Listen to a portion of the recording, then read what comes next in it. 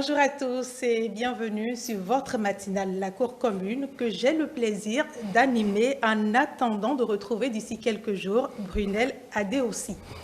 Pourquoi remettre à demain ce que je peux faire aujourd'hui? La procrastination est une attitude mondialement répandue. Ce serait environ 95% des habitants de notre planète qui procrastineraient d'un jour à l'autre. Donc, nous sommes tous concernés. D'après une étude du professeur P.S. Steele, auteur du livre The Procrastination Equation. Comment comprendre la procrastination? Est-ce que c'est de la paresse ou l'excuse du paresseux? Quel est le mécanisme psychologique qui peut expliquer la procrastination? On en parle ce matin avec mes invités. La procrastination, l'excuse du paresseux. Vous pouvez également réagir tout au long de cette émission en appelant directement le numéro 98 80 93 111 ou nous laisser vos messages sur le 55 01 82 91. Le 55 01 82 91 pour nous dire vos messages, l'attitude de remettre à demain, est-ce que ça fait partie de vos habitudes, sur quelles tâches procrastinez-vous et comment en êtes-vous sorti? Pour en parler, j'ai sur ce plateau 4 invités. Wilfried Kwesi, coach en développement personnel et enseignant. Bonjour. Bonjour madame. Merci d'avoir accepté notre invitation. Il y a également Émeric Okupeli, bonjour. Bonjour Alia Traman, bonjour aux amis téléspectateurs. J'espère que vous allez bien. Ça va bien. Nous avons également sur ce plateau un autre journaliste, Mumbarak Assumbolo. Vous êtes rédacteur en chef du quotidien Le Meilleur. Merci d'avoir accepté notre invitation. Merci Madame Alila Toudraman, c'est moi qui vous remercie. Également, Sem Michel Ama-Djide. Vous êtes expert en audit interne. Bienvenue sur ce plateau. Merci, bonjour. Nous allons commencer par comprendre ce que c'est que la procrastination. Coach, je reste avec vous, Wilfried Kwesi. Qu'est-ce que la procrastination? Bon, la procrastination, c'est le fait de remettre à demain ce qu'on peut faire aujourd'hui. Donc du latin pro signifie en avant, crastinus pour dire lendemain. Donc généralement, c'est un phénomène qu'on observe chez des gens qui ont la possibilité de faire quelque chose tout de suite, mais qui se disent, bon, par confiance ou par crainte de l'ampleur de la tâche, se disent, bon, je vais le faire plus tard. Voilà ce qu'on peut dire en quelques mots, si on veut parler de la procrastination. Moubarak. Merci Madame Alilat. La procrastination, c'est comme l'a dit mon collègue en face, Monsieur Kwesi. Monsieur Kwesi, Oui. c'est d'abord le fait de remettre à demain ce qu'on peut faire aujourd'hui. D'accord. C'est également, de façon schématisée, hier par exemple, lorsque j'ai reçu votre message, Oui. je pourrais tout de suite dire, oh Madame Alilat, excusez-moi, je ne pourrais pas être là aujourd'hui, donc mettons le programme à demain. Demain, vous me rappelez, je vous dis encore que je ne pourrais pas être là demain, mettons le programme après-demain. Donc c'est un peu comme ça. Alors qu'il n'y a rien à la maison qui m'empêche de faire le travail aujourd'hui, c'est de façon, soit en risque, je ne veux pas faire le risque de venir faire un fiasco sur le plateau, ou bien parce que j'ai peur de me lancer. Nous trouvons toujours des excuses pour ne pas nous lancer. Donc, en quelque sorte, c'est ça la procrastination.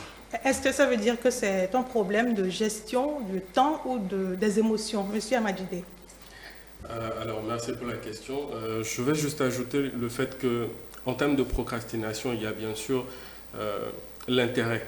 Parce que généralement, on remet à demain parce que parfois, on n'a pas d'intérêt à faire la tâche. Et donc, lorsque on n'a pas un intérêt immédiat, surtout lorsque vous êtes dans un emploi, où vous ne sentez pas véritablement que le retour en termes salarial est bien, vous avez tendance à remettre à demain.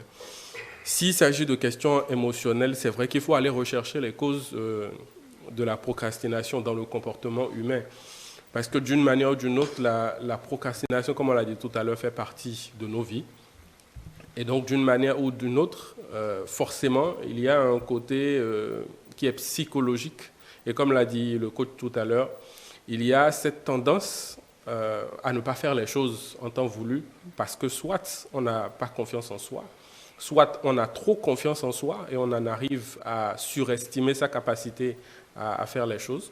Parce qu'il faut savoir aussi que celui qui procrastine a parfois des poussées de travail. Ce n'est pas forcément un paresseux. Il a parfois des poussées de travail. Il lui arrive des moments où il est en surproduction de travail. Donc forcément, c'est aussi une question psychologique, une question émotionnelle.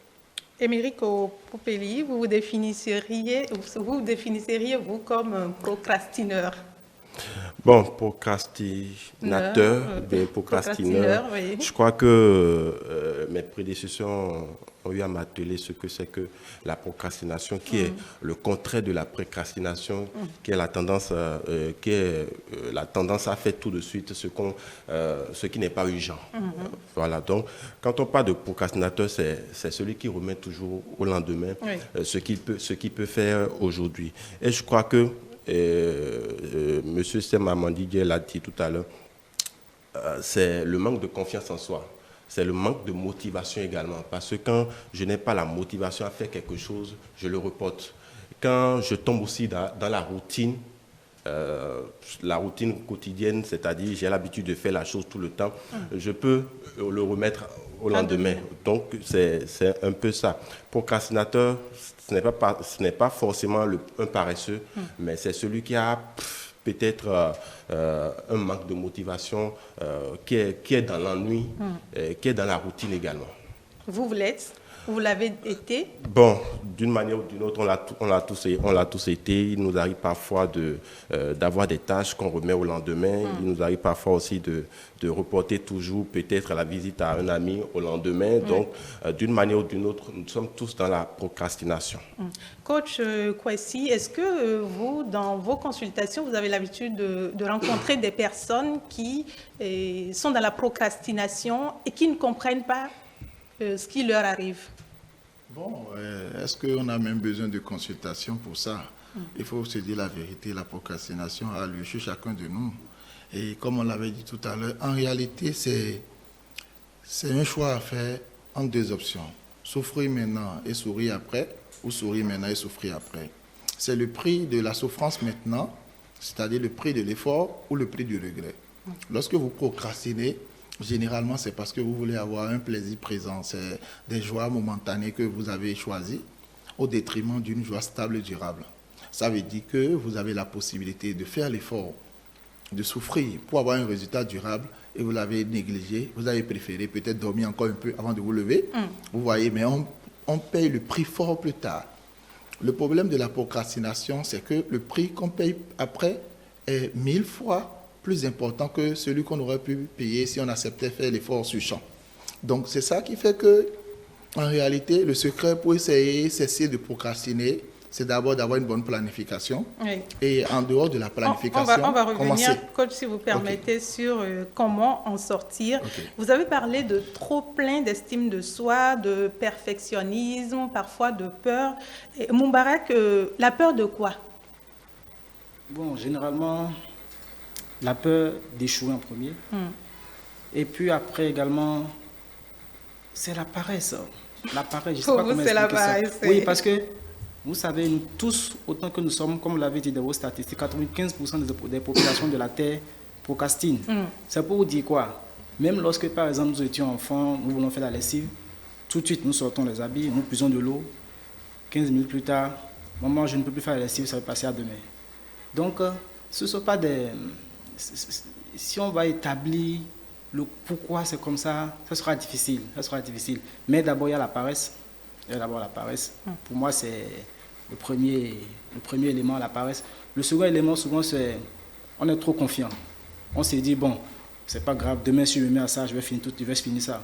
Demain vient encore, donc c'est pas grave. Il y a à peine 3 questions, ou bien si c'est un rapport, tu veux rédiger, c'est à peine 3 questions, c'est à peine 2 questions. Si c'est un travail, tu veux faire, c'est à peine telle chose, c'est pas grave. On sous-estime. Et on sous-estime et puis on laisse passer. Donc, c'est différent de la personne à l'autre. C'est un peu différent. Comment on reconnaît un procrastineur? À part tout ce qu'on a cité, le manque d'estime de soi, la peur et tout ça, est-ce qu'il y a d'autres attitudes quand vous avez quelqu'un dans votre environnement qui a ces attitudes ou ces habitudes et vous dites, lui c'est un procrastineur, il procrastine? Alors merci pour la question. Comme le coach l'a dit tout à l'heure, au-delà de l'aspect psychologique, il y a l'aspect environnemental, on est d'accord. Et vous savez, lorsque vous voyez quelqu'un qui n'est pas motivé, c'est forcément déjà quelqu'un qui est en train de procrastiner. Parce que lorsque la tâche elle n'est pas motivante, j'ai tendance à la reporter à demain. D'accord. Lorsque je n'ai pas un intérêt immédiat, comme on l'a dit tout à l'heure, je vais procrastiner parce que l'intérêt n'y est pas. De la même manière, il y a aussi une mise en condition psychologique. Lorsque vous avez essayé tant de fois et que vous avez échoué trop de fois, à un moment donné, retourner à la tâche devient difficile. Et donc, si j'ai échoué à de nombreuses reprises, le moment où je dois retourner à la tâche pour me remettre à la tâche devient plus difficile. Et comme l'a dit le collègue tout à l'heure, il y a aussi cette condition à la paresse. Et comme vous le savez, un auteur a dit qu'il n'y a pas d'enfant paresseux, il y a juste des objectifs qui ne le motivent pas. Donc en général, c'est que la procrastination, elle vient de beaucoup de causes. Et comme l'a dit le coach aussi tout à l'heure, nous devons travailler en fait à pouvoir limiter cette procrastination parce que d'une manière ou d'une autre, elle fait partie de nos vies. À un moment donné, on a tous procrastiné, mais nous devons travailler à limiter son impact sur nos activités. Émeric, celui qui procrastine est-il moins efficace, paresseux ou a moins de discipline? Bon, moi, je ne partage pas forcément l'avis de Ceux quelqu'un qui pense que c'est un paresseux. Ce n'est pas forcément un paresseux. Procrastiner n'est pas forcément de la paresse, mais c'est comme l'a dit Monsieur Amandi tout à l'heure, c'est un manque de motivation. Vous savez, quand je n'ai pas la motivation à faire quelque chose, l'engouement ou bien l'enthousiasme que je devrais avoir est absent. Donc, la paresse, c'est différent. La paresse, c'est peut-être une sorte d'envie, d'absence d'envie, ou bien une sorte de manque d'engouement, d'enthousiasme. Donc, quand je prends la procrastination, je crois que autant on ne peut pas dire que nous sommes tous des paresseux ici, non, mais nous avons eu à eu des moments où nous avons procrastiné. Donc, ce n'est pas forcément de la paresse. Ce que moi je pense, c'est que en dehors du manque de motivation, en dehors du manque d'enthousiasme, je crois que c'est l'environnement. Vous savez, quand vous avez l'habitude de faire la même chose tout le temps et que, je crois que vous tombez dans la routine, vous n'avez pas cette motivation-là à aller vers la chose. Et lorsque vous faites la chose tout le temps, mais on ne vous encourage pas à le faire, je crois que vous le remettez. Quand vous prenez l'habitude de faire aussi la même chose tous les jours, je crois que vous tombez dans la procrastination et vous vous dites que demain c'est toujours mieux. Demain c'est toujours mieux. Et parfois vous vous retrouvez dans une impasse totale, vous vous retrouvez dans une situation où vous avez plus de pression que si vous prenez votre temps à faire la chose de façon aisée. Coach Kwasi, est-ce que ça s'exprime de la même façon chez tout le monde? Bon, la procrastination, je dirais que non, ça ne s'exprime pas de la même façon chez tout le monde. Parce que, comme certains le pensent, la paresse n'est pas toujours le facteur motivateur de la procrastination. La procrastination a pour base fondamentale le manque de discipline. Parce qu'un mot qui lutte contre la procrastination, c'est la discipline. Comme le dit Jim Rohn, motivateur, la discipline est le pont qui sépare l'objectif de sa réalisation. Je définis l'objectif et après, il faut que je bouge pour pouvoir accomplir, pour pouvoir réaliser l'objectif. Donc, lorsque je manque de discipline, je reporte le moment de la réalisation de cette action qui est destinée normalement à donner satisfaction à cet objectif-là. Je suis déjà dans la procrastination. De l'autre côté, c'est un manque de hiérarchisation des tâches, de la nature de chaque tâche. Brian Tracy préconise qu'on puisse mettre des tâches A, B, C, D, E pour dire, voilà, ça c'est urgent, ça c'est prioritaire. Parce que n'oublions pas, la procrastination n'a pas le même prix à payer dans tous les cas. Selon l'importance de la tâche, vous payez plus cher. Donc, je peux procrastiner sur une petite tâche et puis je n'aurai vraiment pas d'inconvénient. Au contraire, il faut ajouter que ce sont ces victoires passagères sur la procrastination de petites tâches qui constituent les vrais pièges. Parce que vous allez penser que ça va toujours marcher avec certaines autres tâches, mais qui sont de nature plus importante et vous payez plus cher. C'est le cas d'un étudiant peut-être qui est dans un processus, dans une procédure de Campus France et qui ne se lève pas tôt. Et ça fait à l'année prochaine ou à la prochaine session. Alors que si c'est à la maison, si c'est une tâche que lui-même il va faire, il peut reporter ça de 15 minutes, une journée, de 3 journées, il ne paye pas le même prix. Donc sans hiérarchiser la nature des tâches, sans pouvoir se faire violence et estimer le prix de l'inconvénient qu'on aura à supporter lorsqu'on va procrastiner, on ne peut pas vraiment très tôt voir de quoi il s'agit. Maintenant, les plus grands procrastineurs, c'est vrai, la procrastination, c'est la schématisation idéale de la négligence. Je suis certain, c'est parce qu'on est négligent. Sinon, il y a des gens qui réussissent très bien, et même pourtant, même en procrastinant. Seulement que le résultat qu'on aurait pu avoir en ne procrastinant pas peut être un résultat meilleur. Mais d'autres vont vous dire, je marche mieux, je travaille mieux, je réussis mieux lorsque je suis sous pression. Oui. Donc, tout devient urgent chez lui. Voilà comment on reconnaît un procrastineur. Tout devient urgent chez lui. Comme le dit Eman Kako, coach de motivation béninois, il dit, ne devient urgent que ce qui n'a pas été fait en son temps. C'est au moment où tu devrais faire la tâche, tu ne l'as pas réalisée. Et après, maintenant, toutes les tâches de nature ABC, urgentes, prioritaires, les tâches qu'on peut reporter, deviennent des tâches urgentes. Et vous voulez tout faire en un laps de temps. Du coup, le temps que vous consacrez à chacune de ces tâches n'est plus exactement le temps qu'il fallait lui consacrer pour avoir un rendu de qualité, pour pouvoir avoir la satisfaction qu'il faut. On est d'accord sur le fait que, ou du moins, quand on regroupe vos argumentaires, on est d'accord sur le fait que le procrastineur n'est pas forcément un paresseux.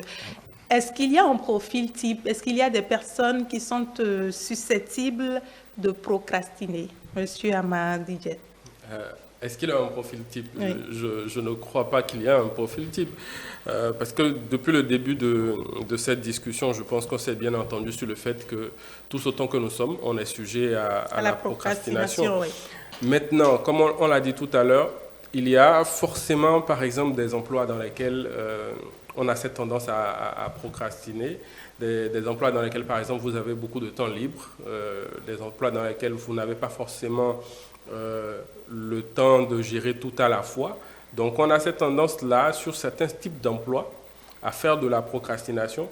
De la même manière, comme on l'a dit tout à l'heure, et comme le coach l'a dit tout à l'heure, lorsque vous avez certaines victoires sur certaines petites tâches à accomplir, et vous vous rendez compte que, bon, c'est possible quand même de reporter, de pouvoir le faire très bien. Donc, je ne pense pas qu'il y ait un profil type. On est tous sujets à ça. Et après, c'est de savoir, comme on le dit depuis le départ, c'est de savoir véritablement limiter en fait la procrastination dans nos vies. Parce qu'après, l'impact que nous avons sur le travail que nous faisons peut être très critique et nous empêcher à des moments donnés d'être performants sur la tâche. D'accord. Il faut savoir d'abord qu'on procrastine avant de se prendre au sérieux, de vouloir Moubarak. Oui, généralement. On sait? Généralement, est-ce qu'on sait qu'on procrastine? Généralement, on sait, lorsqu'on est souvent rattrapé par le surplus des tâches à un moment T. C'est-à-dire quoi? Vous avez assez, remis à demain, remis après, et vous vous retrouvez tout d'un coup à faire le tout ensemble, dans l'urgence, comme l'a dit le coach tout à l'heure. Dès ce moment, dès que vous constatez que cela arrive sur vous, sachez que vous êtes un grand procrastineur et que désormais, il faut commencer à hiérarchiser vos tâches, hiérarchiser, comme l'a dit également le coach, les plus importants, les moins importants et ce qui peut attendre. Les priorités. Voilà, les priorités, ce qui peut attendre après. Oui, je pense que on est souvent conscient qu'on procrastine, hein, parce que bon, il nous arrive parfois de nous demander, mais qu'est-ce qui m'empêche de faire la chose en même temps? Donc je crois que d'une manière ou d'une autre, on est souvent conscient, mais c'est ce manque de motivation, c'est ce manque d'enthousiasme qui fait que bon, on se dit bon, ça peut attendre. Ouais. Voilà. D'accord. On va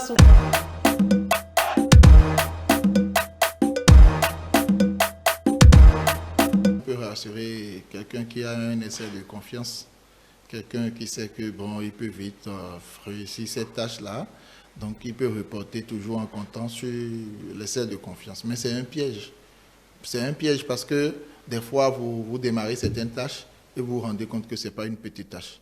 Et ça, c'est un piège parce que si c'est un délai qu'on vous a fixé et qu'il faut que normalement vous puissiez quand même marquer des points sur celui qui vous a confié cette tâche, vous vous rendez compte à l'évidence que vous ne pourrez plus y arriver parce que le temps qui reste, vous avez été surpris par le temps. Voilà. Maintenant, il y a un aspect qu'on n'a pas abordé, c'est l'ampleur de la tâche des fois qui fait qu'on procrastine. Parce qu'on se dit, mais cette tâche-là n'est pas petite. Est-ce que je pourrais vraiment la faire ou la réussir en peu de temps? Donc, quand on regarde la lourdeur de la tâche, toute son envergure, on se dit, bon, je vais mettre ça après, je vais faire d'abord les petites tâches et après, je vais maintenant tomber sur ça. Et le temps passe, voilà. Monsieur Amadidé, on a parlé également du perfectionnisme comme l'une des causes de la procrastination. Comment est-ce qu'en voulant être meilleur, on peut prendre son temps à procrastiner? Ok, merci pour la question. Cette question elle me touche personnellement parce que je suis assez perfectionniste. Et je souffre souvent de cela. Et ça s'explique comment? Généralement, lorsque par exemple je dois concevoir un rapport d'audit, il y a des moments où on se retrouve en face d'un rapport d'audit et on se dit, dans la disposition où je suis actuellement, c'est pas évident que je puisse rendre un rapport qui soit comme je le voudrais. Et donc on se dit que bon, tel moment de la semaine est le meilleur moment pour pouvoir arriver à faire véritablement un rapport qui réponde aux attentes et aux normes d'excellence qu'on voudrait. Et donc ça devient un piège. Parce que vous dites peut-être vendredi prochain, je serai dans la bonne disposition, j'aurai une journée libre. Et le vendredi, vous arrivez et vous vous rendez compte qu'en fait, c'est la journée la plus lourde de votre semaine. Et qu'aussi, vous n'êtes pas dans la disposition de pouvoir réaliser ce rapport-là. Et surtout que moi, les vendredis, déjà à partir de midi, je ne suis plus dans le travail. C'est-à-dire que je sais qu'à partir de vendredi midi, je suis plus productif. C'est-à-dire que j'ai toute la tête, en réalité, dans le week-end. Et donc, le fait d'être perfectionniste aussi peut vous emmener à véritablement être sujet à la procrastination. Moubarak, pas pour étiqueter en métier, on sait que les journalistes, surtout dans la presse écrite, ont parfois des articles qui ne font pas partie de l'actualité. Et donc, on se dit qu'on a le temps, il faut faire tout ce qui est l'actualité et tout ça. Est-ce que vous constatez que dans votre métier, on procrastine beaucoup? Merci, Madame Alilat. Dans notre métier. Dans notre métier, même si vous ne m'avez pas posé la question, je saurais revenir là-dessus. Par exemple, en presse écrite, moi, personnellement, les vendredis, lorsque l'apparition du vendredi sort, je sais que j'ai le samedi, la journée du vendredi, la journée du samedi, pour faire ce que je veux. Mais des fois, le patron me confie peut-être un sujet intéressant. Il me dit, sur ce sujet, je veux une analyse. Voici les orientations. Je lui dis, bon, c'est pas grave. Alors, de me mettre à la tâche automatiquement le vendredi que je ne fais rien, ou le samedi que je n'ai rien à faire, je lui dis, bon, le dimanche, déjà à 10h, je commence. D'ici 15h, je vais finir. Alors que le dimanche vient, il y avait des programmes du dimanche qui sont déjà là, qui m'attendent. Je n'ai plus mis ça dans le programme parce que je me suis dit non, le dimanche, je vais me mettre à ça et faire. Et le dimanche à 10h, je vais à la rédaction, je suis là, je tourne. À 15h, je n'ai pas encore écrit une phrase. À 15h, je n'ai pas encore écrit une phrase. C'est à partir de 19h, lorsque le patron va dire les articles sont prêts, on va taper le clavier de tous les côtés. Donc, c'est un peu ça. C'est surtout sur les journalistes, presse écrite qu'on ressent beaucoup plus la procrastination. L'envie de toujours vouloir remettre à demain. Surtout les vendredis, ça nous arrive souvent les vendredis, pour préparer l'apparition du lundi. À partir de vendredi, on a souvent ce problème de procrastination. Mais bon, je vous rassure, on a dit que nous sommes 95% sur la planète à procrastiner un jour ou à l'avoir déjà fait. Donc, ce n'est pas que les journalistes qui procrastinent. Émery. Même pas dans la presse écrite seule, même dans l'audiovisuel on le fait. On vous donne un documentaire de 52 minutes à livrer en une semaine. Vous savez, on a toujours tendance à croire que c'est les derniers moments qu'on a plus d'inspiration. Et puis bon, vous prenez tout votre temps et c'est peut-être à 2 jours du deadline que vous commencez par courir de gauche à droite. Si vous avez déjà les images, c'est bon, parce que quand on parle d'audiovisuel, c'est surtout à la télé, c'est l'image. Donc, vous commencez par courir de gauche à droite pour chercher des images, ce qui n'est pas tout le temps évident. Et le résultat, ça se sent même dans le résultat que vous produisez. Ça manque de finesse, ça manque d'efficacité parfois. Donc, je crois que c'est dans le domaine de la presse, mais dans tous les domaines également, c'est comme ça. Quand vous procrastinez, puis on le sent toujours dans votre travail.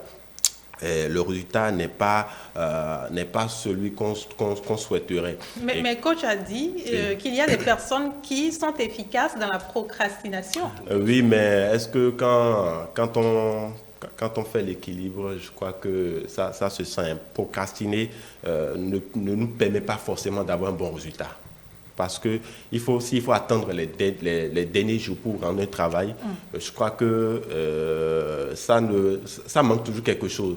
Mais quand vous prenez votre temps et que vous le faites et que vous avez encore du temps, vous avez le temps, vous permettez, vous avez le temps de toujours avoir peut-être d'inspiration pour corriger quelque chose qui ne va pas avant de rendre le travail à la date prévue. Mais quand c'est le dernier moment que vous attendez, vous n'avez plus forcément le temps de corriger les imperfections, de corriger les bévues qu'il y a dans votre travail. Donc, je crois que quand on procrastine moins, on est plus efficace et le résultat est plus apprécié. Coach, vous voulez ajouter quelque chose? Oui, bien sûr. Je ne suis pas forcément d'accord avec l'avis d'Émeric. En réalité, je pense que comme le coach Coetzee l'a dit tout à l'heure, il y a différents types de personnes, on est d'accord, et on ne se retrouve pas dans la même dynamique. Moi, à un moment donné, je vous assure que je carburais au stress, c'est-à-dire que je fais un métier qui est déjà stressant. Et donc, à un moment donné, c'est devenu une routine. C'est-à-dire, le stress était ma routine. Et quand je n'ai pas de stress, je n'arrive pas à être performant. Okay. Et donc, dans ces moments-là, quand vous procrastinez et que vous arrivez au moment où vous devez réaliser la tâche, vous devenez plus performant parce qu'en fait, vous êtes déjà dans votre élément. Donc, ce n'est pas applicable à tout le monde. On a tous, chacun, une manière de fonctionner. Il y a, par exemple, ces personnes qui deviennent très performantes dans les moments difficiles. Là où tout le monde a de la difficulté à avancer, ces personnes, elles deviennent performantes en ces moments. Donc, ce n'est pas toujours évident de l'appliquer à tout le monde. Mais coach, il faut bien se connaître pour être sûr qu'en procrastiner. Oui, c'est vrai. Bon, je prends une illustration banale. La dernière fois, on a suivi un match du Real de Madrid qui a eu 180 minutes pour se qualifier et qui n'a joué effectivement que les 30 dernières minutes pour se qualifier. Donc, l'adversaire a mieux joué pendant les 120 premières minutes, les 150 premières minutes, et eux, ils n'ont eu qu'à bien jouer pendant les 30 dernières minutes. Voilà des gens dont il faut se méfier. Je donne un autre exemple qui est courant, pour aller contre Émeric, en fait. Oui. Vous imaginez, en fait, il y a une loi du temps qui dit que plus vous avez le temps pour faire quelque chose, et moins vous le faites bien. Plus vous avez du temps pour faire quelque chose, moins vous le faites bien. En fait, c'est ceux qui ont plus de temps qui procrastinent surtout et qui finissent par faire la chose dans les dernières minutes. Et parfois, il y a ce type de personne qui devient subitement, brusquement, tout à coup, soudain, très efficace. Lorsque ce type de personne se retrouve en difficulté, vous n'allez pas reconnaître que ce travail a été fait en un laps de temps, en peu de temps. Et je donne un exemple très court. Vous voyez quelqu'un qui habite à côté de l'école et c'est lui qui vient en retard. Il se dit, bon, je vais aller maintenant.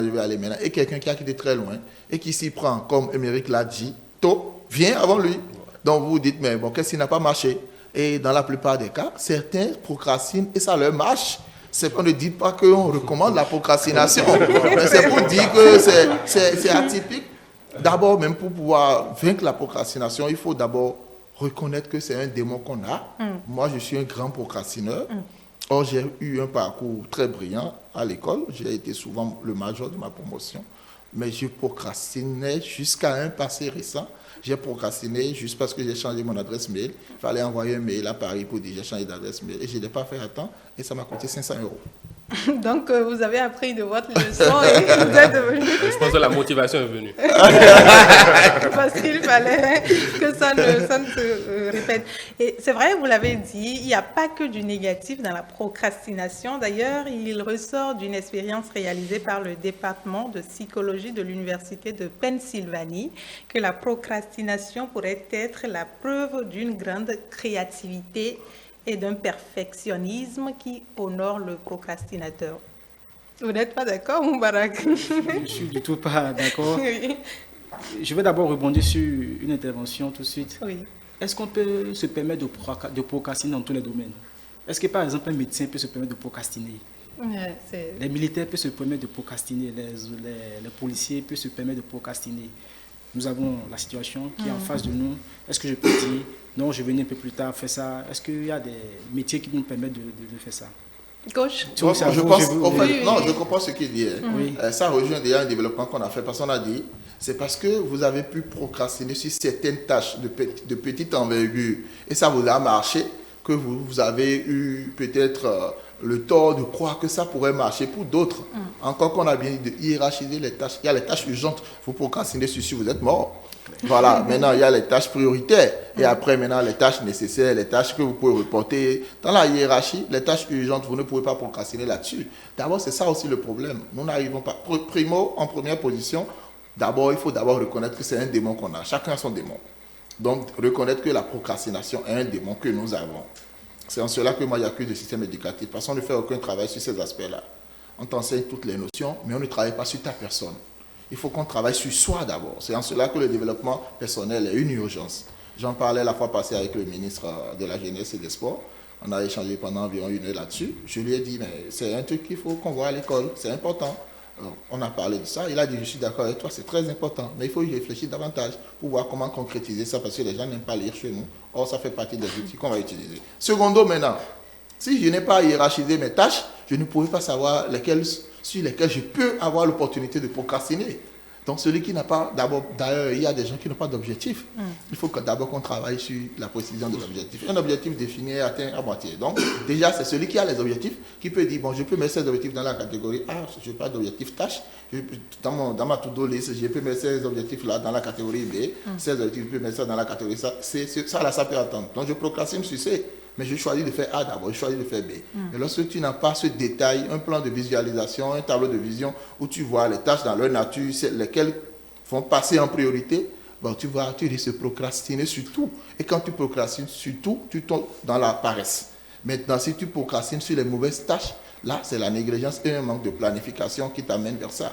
Donc, le plan est très important. On écrit clairement ce qu'on a à faire de façon la plus détaillée possible. Et puis, on commence par faire ça petit à petit. L'autre chose, c'est que nous ne savons pas commencer petit à petit. Vous pouvez commencer une tâche que vous croyez très difficile et vous vous rendez compte que, ah non, j'ai la possibilité, j'ai les outils pour aller plus loin que ça. Et ça peut devenir très intéressant. C'est comme les enfants qu'on a inscrits à l'école dans des filières qui ne voulaient pas au début, finalement deviennent des passionnés de cette filière. Moi, mon père, c'est un taximan. Il m'a inscrit en comptabilité où moi, je ne voulais pas. J'étais en enseignement long. Et quand j'ai commencé la comptabilité, j'ai pris goût. Aujourd'hui, je suis expert comptable diplômé. Ce n'était pas attendu. Mais à la fin, c'est moi qui ai gagné parce que... On comprend mieux pourquoi vous procrastinez. Donc, Moubarak, selon l'étude, la procrastination aide également à être meilleur. Vous n'étiez pas d'accord? Oui, moi, je ne suis pas d'accord. Je ne sais pas comment celui qui remet toujours tout à demain peut être meilleur que celui qui fait la chose maintenant. Et il y a aussi une chose. Par exemple, lorsque je vais écrire un article, je prends l'exemple personnel, je vais écrire un article, surtout lorsqu'il s'agit des articles un peu pointus, des analyses par exemple sur des situations un peu orientées. Oui. Et si je me mets à la tâche 2 jours ou bien une journée avant, je finis l'article, à chaque 15 minutes ou bien à chaque 1 heure, à chaque 2 heures, en faisant autre tâche, je dis, je pourrais corriger quelque chose encore là-bas. Je cours rapidement, je vais corriger, juste pour rendre le travail un peu plus meilleur. Mais si par exemple, et c'est sur le tas, je fais ça automatiquement parce que j'ai remis à demain ou bien j'ai remis à après. Lorsque le travail sort, même si moi-même je prends le journal, je lis, je dis, je ne suis pas content de mon travail. J'ai dit, j'aurais pu mieux faire si je m'étais mis un peu plus tôt à la tâche. Donc, c'est mon avis personnel, c'est un constat personnel. Donc, contrairement à ceux qui disent que ceux qui procrastinent ont tendance à être perfectionnistes, moi... Non, c'est pas tout le monde. On n'a pas dit que c'est la règle.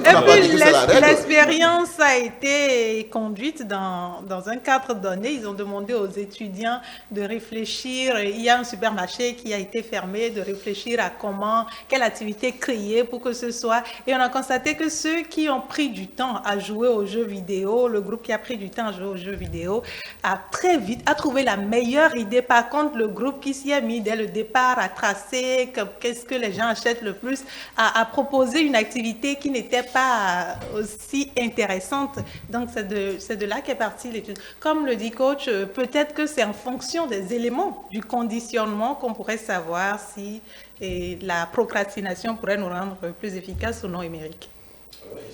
C'est tout ce qu'on dit tout à l'heure. Bon, l'idée n'est pas d'encourager la procrastination, mais je dis que tant que vous avez la possibilité de faire quelque chose tout de suite, le mieux c'est de le faire.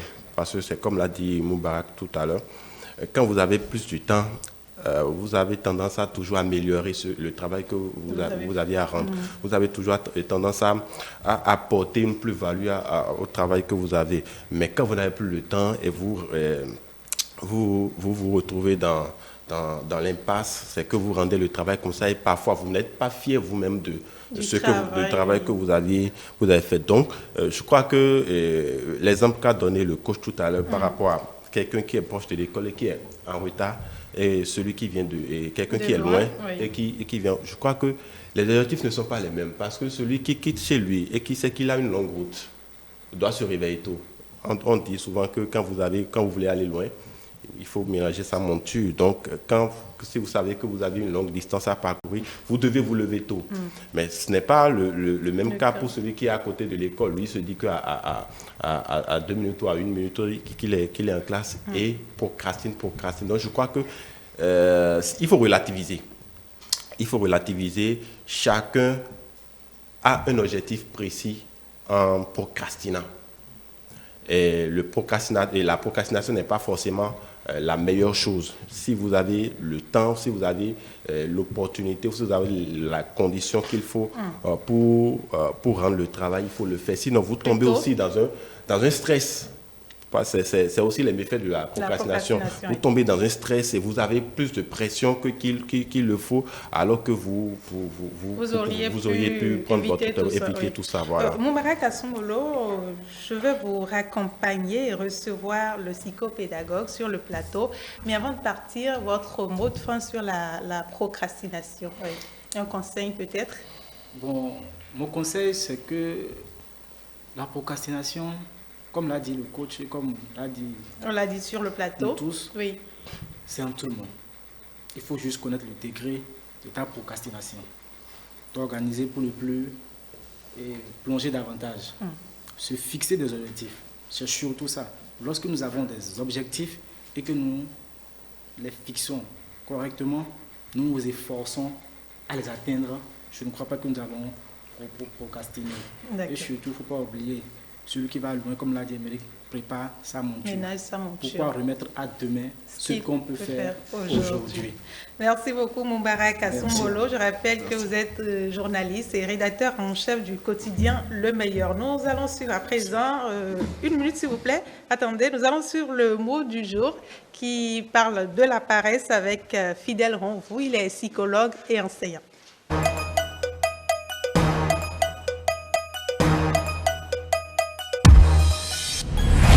Amis du mot du jour, bonjour.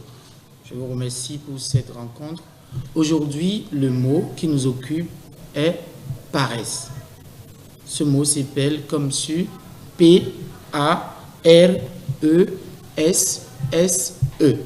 C'est un nom féminin. De l'ancien français paresse et du latin pigritia. C'est un comportement de quelqu'un qui répugne à l'effort, au travail, à l'activité, goût pour l'oisiveté, climat qui incite à la paresse. Quand on parle de paresse, on peut penser également au manque d'énergie dans une action. Avoir la paresse d'écrit, par exemple. On peut noter un troisième sens du mot paresse qui renvoie à la lenteur anormale à fonctionner sur le plan biologique. On parle précisément de paresse intestinale. Il y a beaucoup d'autres sens que recouvre ce concept. État d'une personne oisive, désœuvrement, inaction, apathie et inactivité dans la pratique de la vertu, par exemple. Cela a été personnifié comme l'un des péchés capitaux. L'inactivité résultant d'une aversion, état d'esprit portant à éviter l'effort physique ou moral, nonchalance, mollesse. C'est un peu ce qu'on peut garder du sens que recouvre le mot, ou de nombreux sens que recouvre le mot paresse. Mais quels en sont les synonymes? Quand on vous demande comme synonyme pour le mot paresse, vous pouvez préciser fainéantise, indolence, inertie, langueur, nonchalance, apathie, mollesse, négligence, veulerie, alanguissement, assoupissement, atonie, cagnardise, j'aime bien ce mot, cosse, engourdissement, facilité. Vous avez l'inaction et l'inapplication, l'indolence et l'inertie, lâcheté, langueur, lenteur, lourdeur, néantise, négligence, nonchalance, nonchaloir, oisiveté. Certains confondent ou précisent que la paresse est un péché et arrivent même à nommer comme paresse péché. Rame, torpeur, flemmardise. Mais quels sont les contraires ou les antonymes de ce mot? Quand on n'est pas paresseux, on est actif. Donc, qui n'est pas paresseux et qui est actif aime l'activité, aime l'application, le courage. Il est dynamique, donc il s'agit là du dynamisme, zèle, ardeur, quand on a le cran. Mais quand vous parlez de cran comme mot contraire à la paresse, sachez que c'est du registre familier. Diligence, énergie, promptitude, volonté. Quand on a la volonté à faire et qu'on se met à le faire, on est contre la paresse. Si vous voulez aller contre la paresse, agissez tout de suite. Ce mot renvoie ou dérive du verbe paresser, puisque paresse est un nom. Mais ce verbe paresser peut être précisé comme se laisser aller à ne rien faire, être inactif, fainéanter, flâner, traînasser, traîner, aller lentement, avoir la flemme, qui est du registre familier, cagnarder, câliner, flâner, gober les bouches. Quels sont les homonymes qu'on distingue dans la langue française quand on évoque le mot paresse? Il y a paresse, qui est la forme conjuguée du verbe paraître. Le même paresse à la troisième personne du pluriel du même verbe paraître est également un homonyme du mot paresse. Je donne quelques citations que vous devez garder pour éveiller à votre esprit ce que veut dire la paresse. Jacques Bouteilleau dit: la paresse est nécessaire, il faut la mêler à sa vie pour prendre conscience de la vie. Victor Hugo lui dira: ainsi la paresse est mère, elle a un fils, le vol, et une fille, la faim. Jean de la Bruyère précisera à son compte: l'ennui est entré dans le monde par la paresse. Il précise ensuite: il y a bien autant de paresse que la faiblesse à se laisser gouverner. Voilà pour le mot du jour, la paresse, l'essentiel de ce que vous pouvez garder. Je vous souhaite d'en profiter et surtout de garder ce que Jean de la Bruyère nous a dit: il y a bien autant de paresse que de la faiblesse à se laisser gouverner.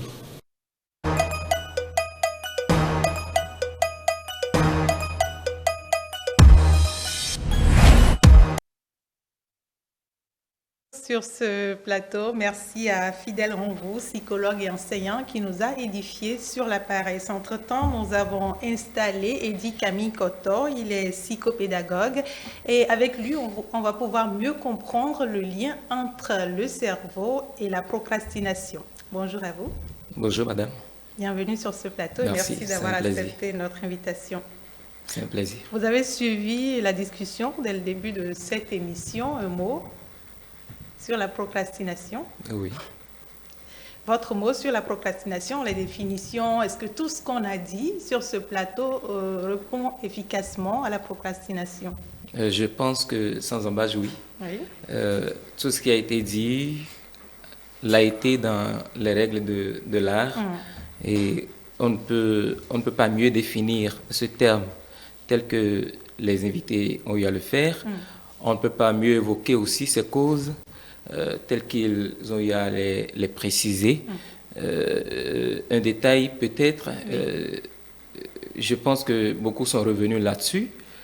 La procrastination n'est pas forcément mauvaise. Elle n'est pas forcément mauvaise. Parfois, on repousse la tâche parce que dans l'évolution, on se rend compte qu'en réalité, elle n'était pas prioritaire. Et donc, il vaut mieux la décaler le temps de réussir une occupation sur laquelle on est à l'instant T. Et donc, ça peut, dans une certaine mesure, aider. Ça peut aider. D'accord. En psychologie, comment est-ce qu'on comprend la procrastination? Partant déjà des causes évoquées ici, je vais peut-être en rajouter. Le central, c'est la mauvaise gestion du temps. Il y a par exemple qu'il faut savoir définir les objectifs, comme M. Kwesi l'a dit. Lorsque vous n'avez pas, on dit le vent n'est pas favorable, et ce n'est qui le dira à celui qui ne sait pas là où il va. Et donc, vous n'avez pas tracé le chemin, c'est que vous naviguez à vue. Et du coup, vous n'arrivez pas forcément à hiérarchiser ni à ordonner ce que vous avez à faire. Donc, déjà, la fixation des priorités vous empêche de remettre à demain. Ensuite, il y a des objectifs pas clairement définis. Nous avons peut-être un certain nombre de tâches à exécuter, mais nous n'arrivons pas à les définir de façon à savoir qu'est-ce qui est prioritaire et qu'est-ce qui ne l'est pas. Lorsque nous avons par exemple aussi un emploi du temps surchargé, c'est dit qu'on a tellement de tâches à exécuter en un temps record qu'on se demande bon, par quoi ou par où commencer. L'impossibilité aussi d'atteindre les objectifs que nous avons prévus peut nous conduire à cette limite-là, et le manque de motivation, comme ils ont eu à le dire, la mauvaise estime de soi. En fait, il y a des personnes qui pensent qu'elles ne sont pas capables. On pense qu'on n'a pas le potentiel pour y arriver. Et ça peut vous porter aussi à repousser plus loin la tâche qu'on pourrait exécuter maintenant et tout de suite. L'absence de plaisir, ça a été dit, on n'a pas de récompense en fait sous les yeux. On se dit, ben, pourquoi me gênerais-je alors que là tout de suite, il n'y a pas de récompense, il n'y a pas, comment dire, une sanction positive. Et le manque d'ambition. Quand nous manquons d'ambition, on végète dans la paresse. C'est vrai, ça arrive à tout le monde. Je ne sais pas. Je sais que si je me donne davantage à la tâche, d'ici 1 an, je pourrais me payer un véhicule parce que là, je suis à moto. Mais comme, bon, aller à voiture, pardon, n'a jamais été pour moi un rêve ou une ambition, je me complais et je me satisfais de ce que j'ai. Vous contentez de ce que voilà, vous on se avez. contente et en fond, j'ai coutume de dire, fille de Oyonmi. En fait, c'est aussi parfois un péché parce qu'un homme sans ambition, c'est un homme mort à moitié. La difficulté qu'on a aussi à se concentrer. Et là, parlant de cette connexion, l'état dépressif. Vous savez, des personnes ont vécu des situations douloureuses dans la vie. Lorsque, par exemple, vous connaissez la perte d'un être qui vous est cher, vous n'avez plus envie, véritablement, alors là, vous n'avez plus envie de rien faire. Et donc, ça pourrait vous porter à différer autant que faire se peut les tâches qui, au préalable, étaient très importantes. Lorsque, par exemple, vous perdez un parent, et j'avoue que ça m'est arrivé récemment, quand j'ai perdu ma mère il y a 6 mois, j'avais des défis à relever.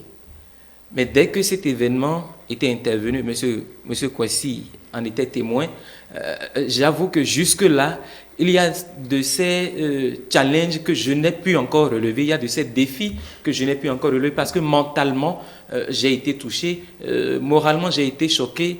Je peux dire que ça fait partie des événements les plus douloureux de la vie. Et donc, la douleur peut aussi provoquer le report d'une activité qu'on aurait pu faire tout de suite. Ouais. Maintenant, est-ce qu'il y a un lien avec l'anatomie du cerveau, la procrastination? Les neurophysiologues ou physiologistes, pourraient le dire, mais tout de suite, vous savez, le cerveau emmagasine parfois des énergies telles qu'on les renvoie. Voilà. Lorsque vous passez le temps à renvoyer au cerveau des signaux négatifs, c'est que vous le veuillez ou pas, le cerveau vous les ressort tels qu'il les a reçus. Et c'est en cela qu'il faut, comme le coach l'a dit, il faut pouvoir se motiver ou se remotiver quand on sent qu'on est en train de plonger. Monsieur Amadjide et Amadije, j'y arrive, on a parlé de beaucoup de facteurs en rapport avec nous. Mais est-ce qu'il n'y a pas de facteurs extérieurs? Par exemple, on sait qu'aujourd'hui, on est tout le temps occupé par les réseaux sociaux. Est-ce qu'il n'y a pas de facteurs extérieurs qui expliqueraient la procrastination ou la motivation à reporter à demain? Bien sûr qu'il y a des facteurs extérieurs qui nous empêchent véritablement de surmonter la procrastination. Comme vous l'avez dit, il y a déjà les réseaux sociaux, parce qu'aujourd'hui, beaucoup de gens préfèrent être sur WhatsApp que de travailler en fait. Parfois, ça prend plus de temps à être sur les réseaux sociaux qu'à travailler. Parfois, on a plus de plaisir à être sur ces réseaux sociaux-là que de vouloir travailler. Ensuite, dans son environnement aussi, on a beaucoup d'autres choses, de conditions extérieures qui peuvent nous amener à procrastiner. Nous avons par exemple, lorsque vous êtes sur le lieu de travail et que les discussions de famille ou les discussions extra professionnels prennent le dessus. Et généralement, vous voyez souvent dans le secteur public, ces discussions extra-professionnelles peuvent vous empêcher de travailler pendant une journée, par exemple. Et donc, il y a beaucoup de sources dans votre environnement qui peuvent vous emmener à procrastiner en réalité. Il n'y a pas que ces conditions internes-là à vous qui vous emmènent à la procrastination.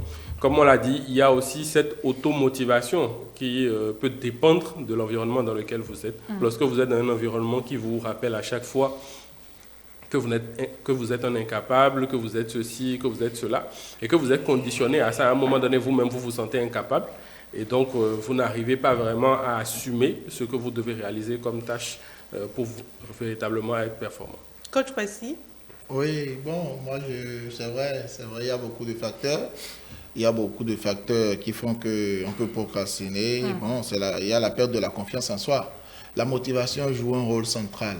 Et quand on parle de motivation, on parle de développement personnel. Vous voyez, le développement personnel, c'est un grand chantier où on peut développer beaucoup d'aspects positifs sur soi. Bon, malheureusement, chez nous, dans notre environnement, aujourd'hui, beaucoup de jeunes ne lisent plus. Ils n'écoutent pas les vidéos de développement personnel, de motivation. En réalité, l'homme est naturellement paresseux. S'il n'y a pas de contraintes, on ne va pas aller travailler. Parce que l'organisme, à un moment donné, a besoin du repos. Donc, quelqu'un qui travaille 8 heures par jour ne peut pas réussir dans sa vie. Ce n'est pas possible. Donc, il faut aller au-delà de ces 8 heures-là. Mais quelle est la ressource additionnelle que vous vous permettez d'avoir pour vous booster? Donc, si vous n'êtes pas boosté, vous ne pouvez pas. Et tant que vous n'êtes pas boosté, comme le coach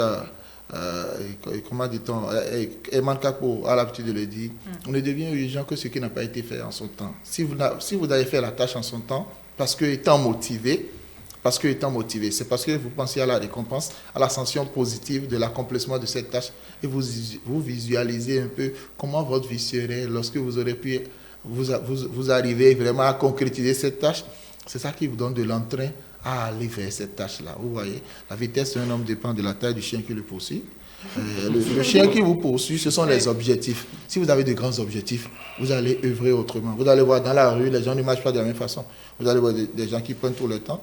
Et toi, tu sais que tu as beaucoup de dossiers qui dorment sur ton ordinateur, que tu seras évalué, que tu as des comptes à rendre, que tu dois connaître des passages en grade, que tu as des objectifs financiers, que tu veux changer de classe sociale, tu veux changer de maison, tu veux changer de voiture, tu veux te faire voir autrement dans la société, que tu as un devoir et que tu as des dettes envers la société. Tes façons de faire, personne ne comprendra, personne ne comprend ce que tu as à faire. Donc tu te donnes davantage et tu es tout le temps motivé. On va dire, mais comment lui faire? Il est toujours motivé. Oui, c'est parce qu'il se motive, il a des objectifs plus grands. John Maxwell, un coach que j'aime bien, c'est mon auteur préféré, il dit, ne vous fixez pas de petits objectifs. Il n'y a pas de compromis à faire lorsqu'il s'agit de fixer les objectifs. Plus les objectifs sont... Si comme objectif la Lune, à défaut, vous allez toucher les étoiles. Donc, lorsque vous avez peur de fixer des objectifs grands, c'est que vous n'allez pas bouger. Mais lorsque vous fixez des objectifs grands, à un moment donné, vous allez grandir et vous allez atteindre le niveau de ces objectifs et vos objectifs, vos rêves vont devenir réalité. Donc, lorsqu'une personne convient à un rêve et un rêve convient à une personne, les deux deviennent inséparables. Dans la journée, on a toujours des rêves, on a des to-do list. Il y a des gens qui n'en ont pas. Oui. Mais lorsque vous n'avez pas des objectifs, vous n'allez pas les réaliser, vous ne pourrez pas concrétiser ces objectifs-là. Il me semble que c'est dit aussi dans la Bible, Habakkuk 2, je crois. Écrivez clairement ce que vous voulez. Et ça se réalisera tôt ou tard. D'accord. Nous allons raccompagner M. Saint-Michel à ma DJ, mais en attendant, votre mot de fin pour installer Mariette Aïe. Alors, je voudrais juste dire à tous ceux qui sont sujets à la procrastination, oui. De faire comme le coach Kwesi l'a dit, c'est de travailler à être discipliné, avoir de la rigueur dans ce qu'on fait. Et véritablement de se sortir de ce gouffre, parce que ce n'est pas toujours quelque chose qui vous emmène à être performant. Surtout aussi sortir des environnements qui sont nocifs, parce que les environnements qui sont nocifs peuvent vous emmener à la procrastination. Oui. Et donc sortir de ces environnements-là pour devenir plus performant, pour devenir ce qu'on a envie d'être et de se réaliser véritablement. Merci à vous d'avoir participé à cette émission.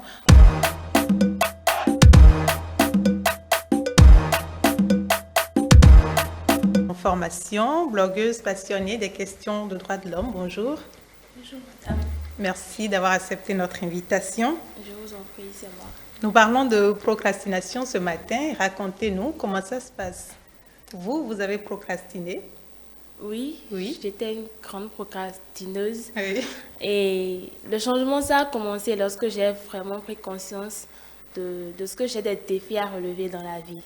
Lorsque j'ai commencé à m'impliquer dans des activités, dans la vie associative et autres, et lorsque j'ai commencé à entreprendre des choses dans ma vie, c'est là que je me suis vraiment rendu compte que la procrastination, c'est un grand mal et qu'il fallait vraiment trouver des moyens pour lutter contre. Vous procrastiniez sur quoi? Vos études, les travaux à la maison, c'était quoi? Presque tout, hein? Les études, les cours à apprendre, les travaux à la maison et quelques autres activités que j'ai parfois en groupe avec des amis. Ça a été facile de vaincre la procrastination? Pas vraiment, pas vraiment. Et aujourd'hui, j'essaie toujours de ne plus retomber dedans. Mais avec de la détermination, comme le coach l'a dit, j'ai vraiment pu vaincre ce mal. Oui. Eddy Camille Cotton, on le sait, les enfants, les écoliers ou les élèves ou les étudiants sont souvent sujets de procrastination. C'est d'ailleurs tout le monde, mais quand ça arrive avec les apprenants, est-ce que les conséquences sont plus graves que si c'était un adulte qui procrastinait? Quelqu'un qui travaille, je veux dire. Je pourrais dire d'abord oui, c'est possible parce que l'adulte a atteint un certain degré de maturité qui lui permet de se relever quand il a trébuché. Mais le jeune qui est encore en train d'apprendre, qui n'a pas encore réalisé toutes les étapes de sa croissance physiologique, psychique, mentale et physique, intellectuelle même, il a de la difficulté à remonter la pente. Monsieur Kwesi le disait il y a un instant, et je voudrais revenir là-dessus. Vous savez, notre système éducatif aujourd'hui, malheureusement, nous fait perdre du temps. Il faut avoir le courage de le dire. Je ne pense pas qu'on soit encore obligé, de nos jours, de maintenir nos enfants, nos jeunes enfants, nos jeunes frères et sœurs à l'école de 7h à 19h, du lundi au vendredi, pour faire d'eux des génies, des personnes exceptionnelles.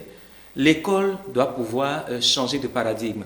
C'est-à-dire que les curricula de formation, nous devons les revoir de façon à commencer par inculquer dès le bas âge à tous nos enfants, dans toutes les écoles de notre pays, des notions de développement personnel, des notions de prise en charge de soi, des notions de gestion du temps, de gestion du temps, d'une meilleure estime de soi. Vous savez, c'est beaucoup de choses qui manquent parce que vous avez le bac, mais vous n'avez pas la possibilité de vous prendre en charge, d'être autonome, d'être déterminant, d'être engagé dans une activité ou dans une autre. Et donc pour les enfants, c'est encore plus grave lorsqu'ils procrastinent, oui. J'y arrive, oui.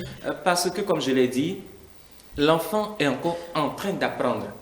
L'enfant n'a pas atteint le stade qui lui permet de distinguer le bon grain de l'ivraie. L'enfant a des difficultés déjà à s'adapter, l'enfant a des difficultés à se coller à une identité.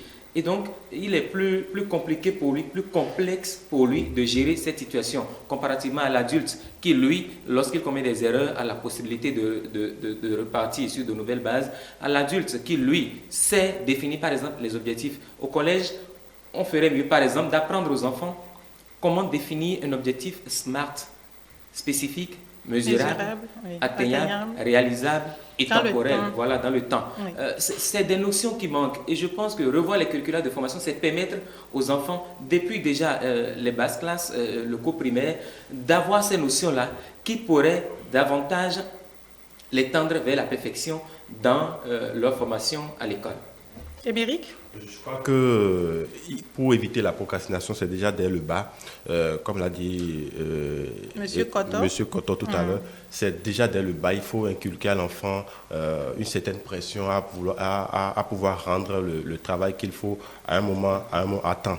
Il faut aussi éduquer l'enfant à ce qu'il ne remette pas à demain ce qu'il a peut-être la capacité de faire aujourd'hui. Donc, les procrastinateurs que nous avons aujourd'hui, c'est peut-être des gens qui ont été qui n'ont pas eu cette éducation, cette pression dès le bas et qui ont grandi avec et qui sont devenus aujourd'hui de grands procrastinateurs. Mais ce que moi je voudrais repréciser, c'est que on l'a dit tout à l'heure, quand on manque de motivation, il y a de la procrastination, mais quand vous fréquentez aussi des procrastinateurs, vous devenez procrastinateur également.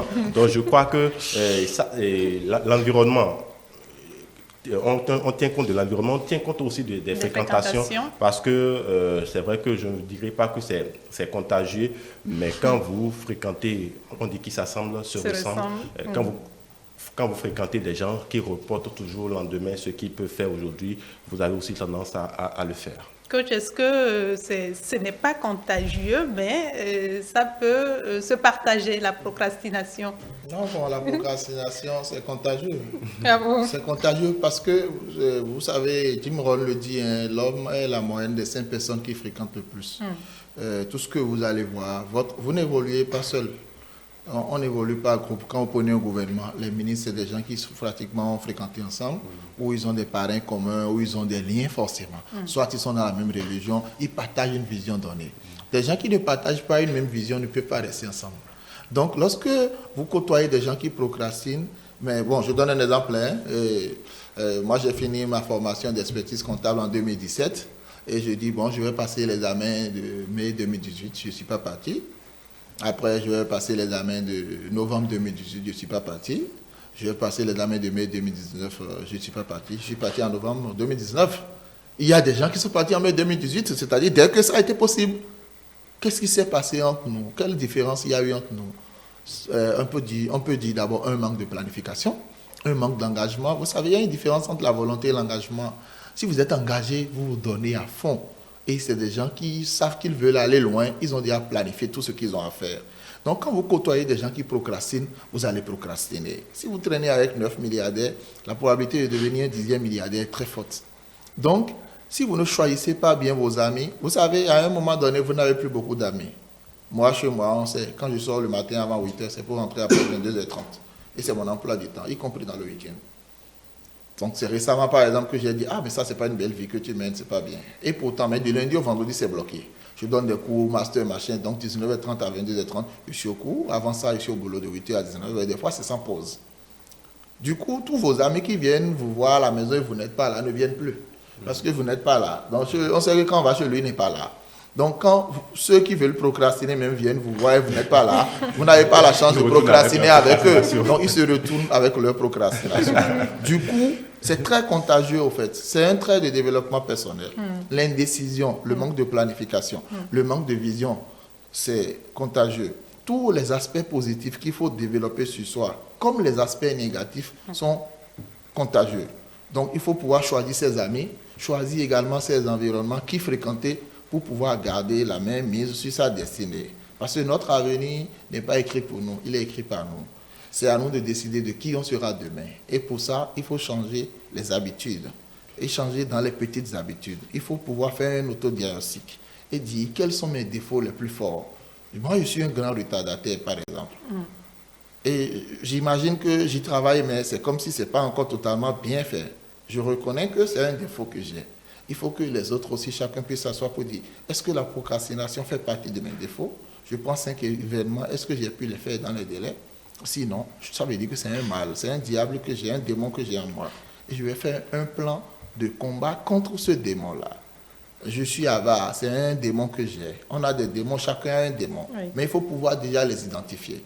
Je dis que les étapes de l'apprentissage, nous avons 4 étapes d'apprentissage. Nous avons l'incompétence inconsciente. Je ne sais pas que je ne sais pas.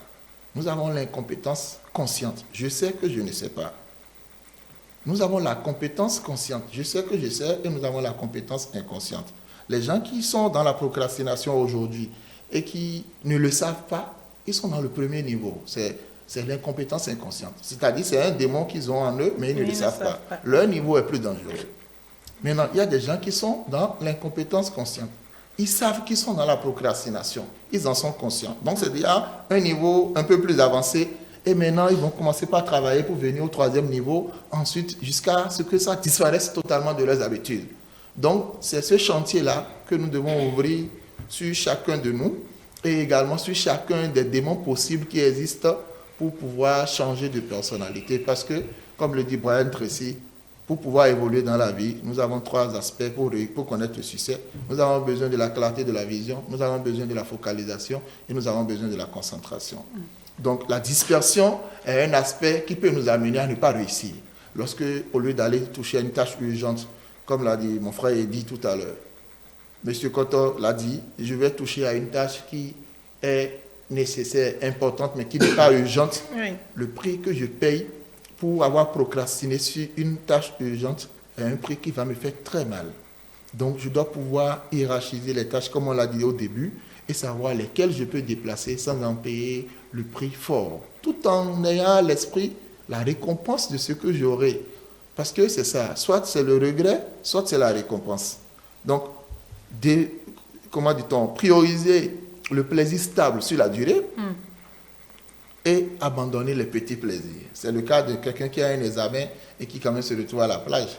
La plage, c'est quelques heures. Mais le jour de l'examen, il va souffrir, il va vraiment souffrir. Et plus tard, il peut même échouer pour cet examen et reprendre la classe. Donc, c'est un aspect très contagieux. Oui. Ouais. Mariette, je vous ai vu hocher la tête quand le coach parlait. Est-ce que pour vous, vous aviez eu des personnes dans votre environnement qui procrastinaient ou vous étiez démotivé? Qu'est-ce qui a expliqué votre procrastination? J'ai grandi avec des procrastinateurs, je dirais. Parce que déjà au collège, il n'y avait pas cet accompagnement-là, il n'y avait pas d'enseignement de notions de développement personnel et autres. Et c'est en classe de terminale que j'ai changé d'établissement et dans cet établissement, il y avait un surveillant qui s'y connaissait en développement personnel. Il nous a fait suivre un documentaire sur le développement personnel, la loi de l'attraction. Et c'est là qu'on s'est vraiment rendu compte que c'est grave, parce qu'on étudiait sans savoir pourquoi on étudiait. On allait à l'école, on se levait tous les matins parce que papa dit va à l'école, maman dit va à l'école. Et parce qu'on va prendre l'argent. Et parce qu'on va prendre l'argent de petit déjeuner. Et c'est là qu'on s'est rendu compte que l'examen que j'ai à passer, c'est un gros défi que je dois relever. Et c'est là qu'on s'est vraiment pris en main. Donc l'environnement a vraiment favorisé ce mal. Eddy, Camille Koto, oui. On parle d'environnement, vous êtes souvent avec les apprenants. Oui, oui, vous savez, j'ai eu des apprenants cette année par exemple qui au premier trimestre ont pu totaliser 12 de moyenne, mais à la fin de ce deuxième trimestre sont descendus jusqu'à 9, 10 et puis je me suis interrogé. C'est vrai que je connais la raison, ou les raisons, mais là c'est ce dont nous parlons. C'est des apprenants qui ont tout le temps remis à demain les apprentissages qu'ils pouvaient faire tout de suite et maintenant. Normalement, lorsque vous êtes apprenant et que vous rentrez chez vous, vous devez pouvoir relire les cours, par exemple, reçus dans la journée, parce que le cerveau, en fait, ne ressort que ce qu'on lui a donné. C'est ce qu'on a emmagasiné, en fait, que le cerveau restitue en cas de besoin. Et donc, quand vous n'avez pas révisé le cours que vous avez reçu dans la journée, c'est parti pour des échecs sur des échecs. Et donc, je me suis dit, ben, c'est quand même des apprenants qui, au départ, avaient bien pris le train. Mais là, tout de suite, qu'on passe de 12 à 10 ou de 12 à 9, ça fait se questionner. Et vous savez, l'environnement, oui. L'environnement parce que j'ai aussi l'habitude de leur dire, mais on ne peut pas se faire ami à tout le monde. On peut se faire ami à tout le monde dans la classe. Je voudrais avoir des amis dans ma classe ou des camarades de classe. Je m'associe aux personnes qui pourraient m'apprendre des notions positives ou bien me donner de bons conseils lorsque je n'apprends pas, par exemple, je ne révise pas, je ne traite pas les exercices. Des personnes qui peuvent me rappeler à l'ordre. Et dans la Bible même, c'est dit, si vous aimez les gens, dites-leur la vérité. Dites-leur ce qui est vrai. Et donc, je ne peux me faire ami à tout le monde. Mais aujourd'hui, les apprenants s'emballent dans tout et en tout temps. Si bien que la baisse de performance est au rendez-vous. Et elle le disait, vous savez, notre système éducatif, je pense qu'il faut le revoir. Monsieur Kwesi a eu des échanges avec le ministre Omeki. Je crois que parfois, la décision qui doit intervenir vient bien souvent très en retard. Aujourd'hui, nous avons le Conseil national de l'éducation. Et moi, mon vœu, dès que ce conseil, nouvelle formule a été installée, c'est que l'année qui suivait, on puisse dire, nous redéfinissons le temps scolaire. C'est-à-dire que désormais, les apprenants du Bénin iront à l'école de 8 heures, pas même 7 heures, de 8 heures à 14 heures, avec 2 petites pauses.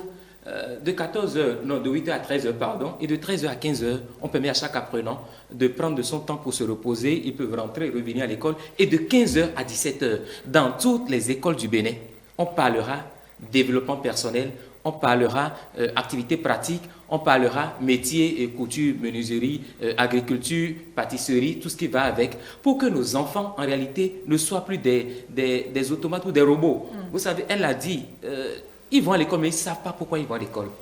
C'est déjà un premier blocage. On réussit mieux les tâches vers lesquelles nous sommes portés. Les tâches vous choisissez de devenir, par exemple, un expert comptable comme monsieur Kwesi, c'est qu'il faut déjà en avoir la passion. Confucius a dit, choisis un métier que tu aimes et tu n'auras pas travaillé un seul jour de ta vie. Donc la passion doit être au rendez-vous, mais les apprenants ne savent pas pourquoi ils vont à l'école. Ils y vont, comme vous l'avez si bien mentionné, parce qu'on doit recevoir le petit déjeuner. Voilà, le petit déjeuner. On y va parce que l'enfant du voisin aussi va à l'école. On y va parce qu'on veut retrouver ses camarades. Mais ils ne savent pas, par exemple, qu'on va à l'école aussi pour faire sa vie, pour réaliser sa vie. Et donc c'est un problème, c'est un véritable problème. Les notions de développement personnel, je pense, il y a une matière que j'ai appelée éducation civique, patriotique et entrepreneuriale. Aujourd'hui, il n'y a que les écoles privées chez nous et quelques écoles encore, seulement confessionnelles, qui enseignent l'éducation civique. Et les écoles publiques sont là, elles voient. Les autorités au haut niveau, au haut sommet de l'État sont là, elles voient. Mais ça ne dit rien à personne. Et on s'étonne que, par exemple, en fin d'année... Oui, mais la réflexion, il y a un temps pour la réflexion, il y a un temps pour passer à l'action. Vous savez, on se plaint chaque année, chaque fin d'année, parce que les écoles dont je parlais ravivent la vedette aux autres qui sont publiques, écoles de l'État, où les enfants n'émergent pas. J'avoue que monsieur Kwesi, même dans cette école, il doit oui, avoir il y a des talents enfants qui procrastinent. Bien sûr, il y en a aussi dans les privés. Et dans les privés, c'est peut-être légion parce que là, les parents, excusez de le dire, ne sont pas forcément ou ne sont plus forcément présents. Habituellement, dans les écoles privées, c'est des enfants d'un certain niveau social. Et donc, leurs parents sont tellement occupés au plan professionnel qu'ils ne disposent plus véritablement de temps pour le suivi à la maison, le suivi, la veille permanente. Si bien que les enfants peuvent remettre à demain ce qu'ils peuvent faire aujourd'hui. On a beau leur donner tous les moyens, ils ont tout ce dont ils ont besoin pour leur évolution normale, mais vu qu'il n'y a pas, comment dire, l'œil de l'adulte là, voilà, on peut procrastiner et quelqu'un dira que la peur du gendarme est le début de la sagesse. Oui. Émeric, on sait que la procrastination n'est pas observée que chez les enfants. Dans nos lieux de travail, quand on procrastine, quelles peuvent en être les conséquences pour nous et pour l'employeur, la structure? Je pense d'abord, pour revenir à votre question, que quand on parle de la procrastination à l'école, il y a peut-être comment dire, une conséquence peut-être positive quand un enseignant procrastine sur une interrogation. Je crois que ça c'est pour répondre la cause des enfants. Ça n'a pas que des conséquences et il va plus peut-être prendre du temps pour lire. Voilà, exactement. Donc c'était pour un peu amuser la galerie. Pour revenir sur votre question, je crois que quand les conséquences, quand on parle de conséquences, on pense toujours à ce qui est négatif. Je crois que la procrastination, d'abord, moi je retiens une première conséquence qui est d'abord l'accentuation du stress. Quand vous êtes un fin procrastinateur, vous êtes tout le temps stressé parce que vous ne prenez pas le temps qu'il faut pour pouvoir rendre le travail qu'on vous a confié. Donc vous attendez toujours les derniers moments et plus on attend le dernier moment, plus le stress s'accentue. Donc, à part l'accentuation du stress, il y a le sentiment d'être tout le temps coupable. On se sent tout le temps coupable de ne pas avoir fait ci, de ne pas avoir fait ça. Maintenant, à côté de ça, il y a aussi la perte de productivité. Quand vous êtes tout le temps dans la procrastination, vous n'êtes plus productif. Et les gens ont du mal à vous confier des tâches parce qu'on se dit, dès que je vais lui confier, je suis sûr de ne pas avoir les résultats à temps. Et à côté de ça, la conséquence aussi de ça, c'est qu'il y a un manque de confiance. ceux qui vous confient les tâches n'ont plus forcément de... ou carrément vous confient des tâches qui sont moins prioritaires. Donc, parce qu'on vous dit, on vous dit, bon, si je dois lui confier une tâche qui, moi, mes priorités, ce n'est pas évident qu'il puisse me le rendre à temps. Donc, et je crois que dans une équipe, vous sentez, on vous stigmatise. On vous stigmatise et vous-même, vous n'êtes plus à l'aise. Ça, c'est quand vous êtes conscient. Oui, quand vous êtes conscient, mais vous pouvez ne pas être conscient aussi. Parce que, bon, c'est grave. Oui, c'est grave. Et l'autre chose aussi, c'est que vous savez que la procrastination peut conduire dans la dépression. Je prends un simple exemple, mais qui est réel. Il y a un ami qui a appris que sa vieille était malade et qui souffrait, mais qui a tout le temps procrastiné sur le fait d'aller rendre visite à la vieille, jusqu'à ce que le jour qu'il s'est décidé, la vieille a rendu l'âme. Vous mettez à la place de cet ami, vous mettez à la place de cette pression, le choc que cela peut créer. Et tout le temps, peut-être qu'il va se culpabiliser. Oui. Vous voyez un peu. Donc, je crois que il faut qu'on évite que ça vienne jusqu'à cet extrême. Voilà. Donc, je crois que pêle-mêle, c'est les conséquences que moi je peux tirer de la procrastination, qui sont des comportements qu'il faut pas encourager. Mariette, d'autres conséquences? Oui, c'est déjà ça. Et lorsqu'on fait un travail à la hâte, il n'est pas toujours propre. On sent cette précipitation dans le travail qu'on a fait. Parce que lorsqu'on fait un travail, parfois on repasse dessus pour revoir là où on a fait des fautes. Quand c'est un article, par exemple, on relit pour voir là où on a fait des fautes, si on n'a pas oublié une virgule, si on n'a pas oublié de mettre un E, un S et tout. Mais lorsqu'on le fait à la hâte, on n'a plus le temps de refaire ce travail-là. Et le travail est en griffe bâclée. J'aimerais rapidement revenir sur ce que le psychologue a dit. Parfois, il y a la routine qui fait qu'on procrastine. Lorsqu'on fait une seule activité, c'est le cas pour moi, lorsque je fais une seule activité pendant un long moment, je m'en lasse et j'ai du mal à maintenir le rythme. Mais lorsque je varie, je suis les cours, je fais la couture, je rédige et tout. Là, je me sens vivante. Mais lorsque je suis sur place, c'est vraiment difficile pour moi de faire les trucs comme je dois les faire. Coach? Ouais, j'ai beaucoup aimé le développement d'Émeric. Voilà, j'ai beaucoup apprécié. J'ai aimé aussi les aspects du système éducatif que M. Cotton a abordé. Vous savez, nous partageons une passion commune, c'est l'enseignement. J'ai parcouru une vingtaine d'universités, une vingtaine de collèges et lycées. Donc, on a vu les enseignements sous tous les aspects, des classes d'examen de bas niveau jusqu'en 5e année de master. On a vu la concrétisation de la procrastination à divers niveaux. Mais avant de faire mon développement, il faut avouer que la procrastination est un mal national et un mal francophone, par exemple, surtout francophone, je pèse mes mots. Par exemple, pour les hommages, vous allez voir, c'est souvent après les décès des gens, que vous allez voir dire, c'était un grand artiste, hein. Vraiment c'était un homme très important, c'était un grand homme. Et quand la personne est malade, on n'a pas cette culture de célébrer les gens de leur vivant, de leur rendre hommage de leur vivant. Mais si la personne fait quelque chose de bien, comme le dit mon mentor, Maître Migan, s'il fait quelque chose de bien, mais dis-le lui. C'est pas quand il va mourir que tu vas lui dire vraiment c'était quelqu'un de très bien. Voilà. On n'a plus besoin de ça aujourd'hui. Et ça, c'est une forme de procrastination. Les hommages après le décès, à titre posthume, quand les gens sont vivants, faites-leur les hommages de leur vivant. Et il faut qu'on se l'inculque. Faire des compliments à quelqu'un, ce n'est pas rabaisser la personne. Donc ça, c'est pour parler du mal national. Béninois, surtout, on est très fort dedans. On donne les noms des gens au stade après leur décès, au carrefour après leur décès, aux endroits importants. Mais pourquoi quand il est vivant, on ne peut pas le faire? Estimez le travail des gens de leur vivant. Ne procrastinons pas sur les reconnaissances, ni sur les hommages. Il faut apprécier à la juste valeur des réalisations.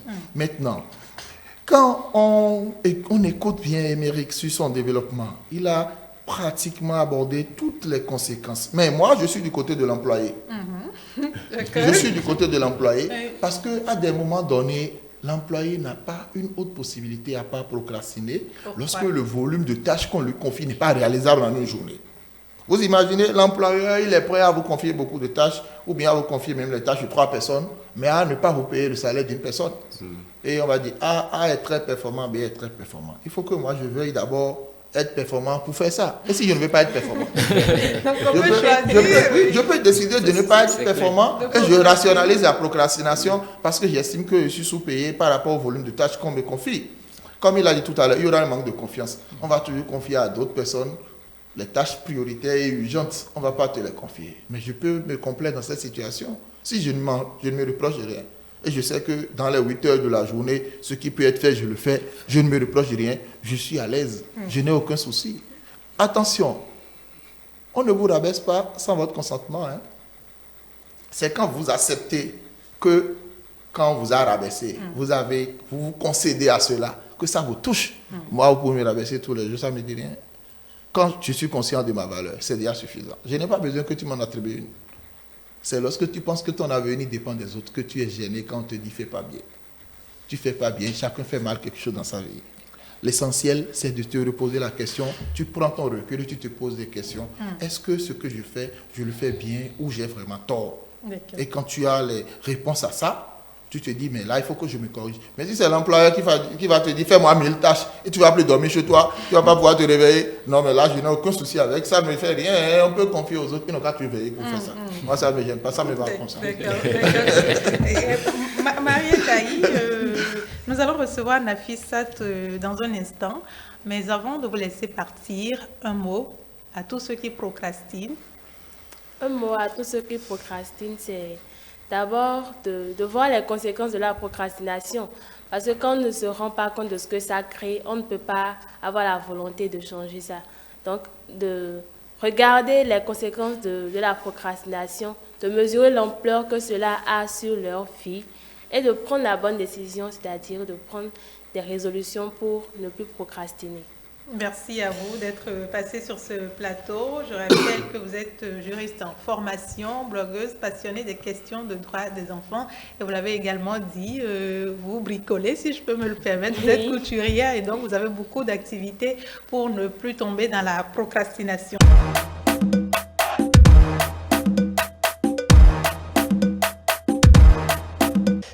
Nafissatou Hassani est déjà installée sur ce plateau pour la dernière partie de cette émission. Bonjour. Bonjour Alilatou. Merci. J'espère que vous allez bien ce matin. Ça va très bien. D'accord, vous êtes rayonnante. Merci. Nous avons quelques messages des téléspectateurs sur la procrastination. Oui, il y a quelques téléspectateurs qui nous ont répondu. Nous allons commencer par le message de Saadatou. Le sport et la lessive. Le sport parce que quand je vois mon physique et je me dis que ce n'est pas encore grave, je suis dans les normes. Alors que c'est facile, je prends du poids petit à petit sans m'en rendre compte. Autant mieux commencer maintenant pour ne pas être surpris demain. La lessive parce que quand je vois que c'est 2 ou 3 habits qui sont sales, je me dis que c'est une perte de temps et d'énergie et que je gaspille mon énergie. Voilà. Un autre message. Nous allons poursuivre avec celui de Astou. Les tâches qui ne sont pas urgentes, comme nettoyer la chambre, faire la lessive, un travail qui ne m'est pas urgent. Parce que je me dis que j'ai encore le temps de le faire. Mais au final, le temps me rattrape et les tâches s'accumulent après. C'est vraiment bien quand on remet les tâches à demain, mais après, ça ne retombe que sur vous-même. Monsieur Kwasi? On se dit tout le temps qu'on a le temps. On se dit qu'on a le temps, mais on n'a pas le temps. Aujourd'hui, comme je le dis, le temps est la monnaie la plus chère au monde. Vous pouvez avoir plus d'argent, mais vous n'aurez jamais plus de temps. Quand on prend une journée, si c'est 24 heures, c'est 24 heures. Vous savez, la 25e heure où c'est. Donc, en réalité, la procrastination, comme ceux-là sont en train de venir un peu, des fois, vous ne savez pas quand vous procrastinez ce que ça peut causer en vous. Vous voyez, moi je faisais le poids de M. Coton, peut-être moins que ça. M. Coton se connaît, ça fait plus d'une vingtaine d'années. Et petit à petit, à cause du boulot, j'ai commencé par ne plus avoir le temps de jouer au ballon. Je jouais 3 fois par semaine comme ça. Et j'ai pris suffisamment de poids. Et puis, revenir maintenant est devenu très compliqué. Parce que plus les jours passent, vous avez plus de qualifications, vous couvrez plus de domaines d'activité et il est plus difficile de revenir maintenant. Vous allez à la salle de gym, vous faites le premier mois, le deuxième mois, vous manquez une fois, le troisième mois, vous manquez 2 fois, et ainsi de suite, et vous êtes absent. Et ce que ça crée, il suffit juste que vous montez 6 étages à pied et que vous compreniez que, attention, ce qui se passe là, il faut que je prenne les taureaux par les cornes. Vous voyez? Donc, la lessive et toutes les tâches qui vont avec, généralement, c'est ça. Il faut que chaque chose qui doit être faite en un temps donné soit faite pendant ce moment-là, à cette heure-là. Comme il a dit, définir les objectifs SMART. C'est pourquoi Jim Rohn dit, dans stratégie de prospérité, commencez la journée avec les objectifs, finissez la journée avec les objectifs, faites le point, mais commencez la semaine avec les objectifs, commencez le mois avec les objectifs, commencez l'année avec les objectifs, et ayez des objectifs sur 5 ans, sur 10 ans, sur 15 ans. Il dit, vous ne manquez pas de temps, vous manquez de priorité. En réalité, on a toujours le temps pour aller faire d'autres activités. Oui. Mais est-ce que celles-là sont celles dont on a le plus besoin en ce moment-là? Donc, il faut être en mesure de pondérer les activités pour savoir lesquelles vont nous rapporter plus. Comme je le lisais dans un document la fois passée, l'auteur dit, il y a des gens qui me disent, mais j'ai envie de multiplier mon chiffre d'affaires. Et je leur dis, multipliez le temps que vous consacrez à vos clients les plus importants. Et vous allez multiplier votre chiffre d'affaires. Donc, il s'agit d'une question d'identification en termes de priorité et maintenant de focalisation sur ces priorités-là et laisser les autres tâches et autres. Il y a Sarah qui nous dit qu'elle procrastine sur certaines tâches ménagères, peut-être parce que ce n'est pas trop urgent pour le moment. Bonjour le plateau, j'espère que vous portez bien. Les tâches que je remets souvent à demain sont celles qui ne vont rien m'apporter comme ressources pécuniaires et qui n'ont pas une grande nécessité. Merci beaucoup, agréable journée à vous. Le message nous vient de Hanif Latunji. D'accord. Michel l'a dit tout à l'heure, quand on parle de la procrastination, il faut penser aussi à l'intérêt quand on a à faire ce qu'on nous confie. Oui. Je crois que quand on a souvent un revenu positif de ce qu'on veut faire. Il y a toujours une motivation à le faire. Je crois que celui qui attend quelque chose de positif en termes de conséquences de ce qu'il a fait que celui qui n'attend rien, je crois que ce n'est pas la même chose. Quand il y a un intérêt, il y a toujours de motivation. Oui. Est-ce qu'à force d'attendre un intérêt, on ne risque pas même de procrastiner quand il y aura un intérêt, M. Koto? Bien sûr. Bien sûr. Et par rapport aux avis des téléspectateurs, oui. Je voudrais, vous savez, moi j'ai pris l'habitude, par exemple, quand je finis mon dîner ou mon déjeuner à la maison, mon assiette, je la nettoie en même temps. Parce que quand vous entassez, vous avez peut-être en fin de semaine votre vaisselle tellement bourrée, et puis c'est que le temps que ça vous prend pour la nettoyer devient plus important. Vous êtes épuisé physiquement, mentalement, moralement. Et ce que vous auriez pu faire après, vous n'avez plus la possibilité de le faire. Mieux, cela vous attire les insectes parce que quand vous laissez les assiettes sales dans votre cuisine pendant longtemps, pendant le moment, ça attire les visiteurs, les invités sans carte. Et donc, c'est toujours mieux de le faire en même temps. C'est pareil pour la lessive. Lorsque vous avez un seul habit qui est sale, ou une seule tenue qui est sale, il vaut mieux la laver en même temps, peut-être pendant 5-10 minutes. Mais lorsque vous en accumulez, et ça vous prend peut-être toute une journée pour faire une lessive, et quel que soit le moment, quand quelqu'un vient vous rendre visite, c'est vous le meilleur lessiveur du quartier, parce que vous avez entassé de tous les temps. Donc, je pense qu'on peut faire des choses, et même pour les élèves, c'est pareil.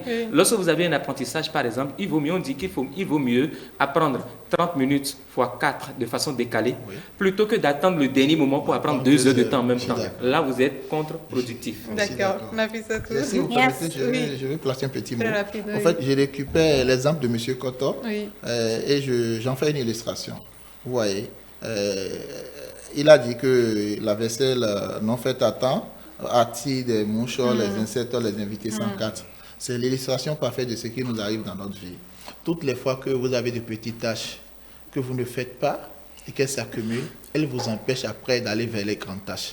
Et les conséquences de ces petites tâches-là, après, en réalité, comme on le dit, les gens pressés font les choses deux fois. Oui, parce que vous allez vouloir vous rattraper sur ces petites tâches et ça va impacter d'autres grandes tâches. Vous imaginez, vous n'avez pas fait votre lessive à temps. on vous invite sur un plateau, sur une émission, il y a un habit qui vous est cher. C'est ça que vous avez préporté. Mais vous ne l'avez pas lavé. Mais vous ne l'avez pas lavé. Du coup, vous voulez des fois, il y a des magies, hein. Tu laves, tu prends peut-être un ventilo, tu mets ça pour que ça puisse sortir. Et finalement, ça a un impact sur ton émission, sur ton invitation. C'est la petite tâche qui a créé cette grande conséquence. D'accord, merci, Monsieur Kwasi.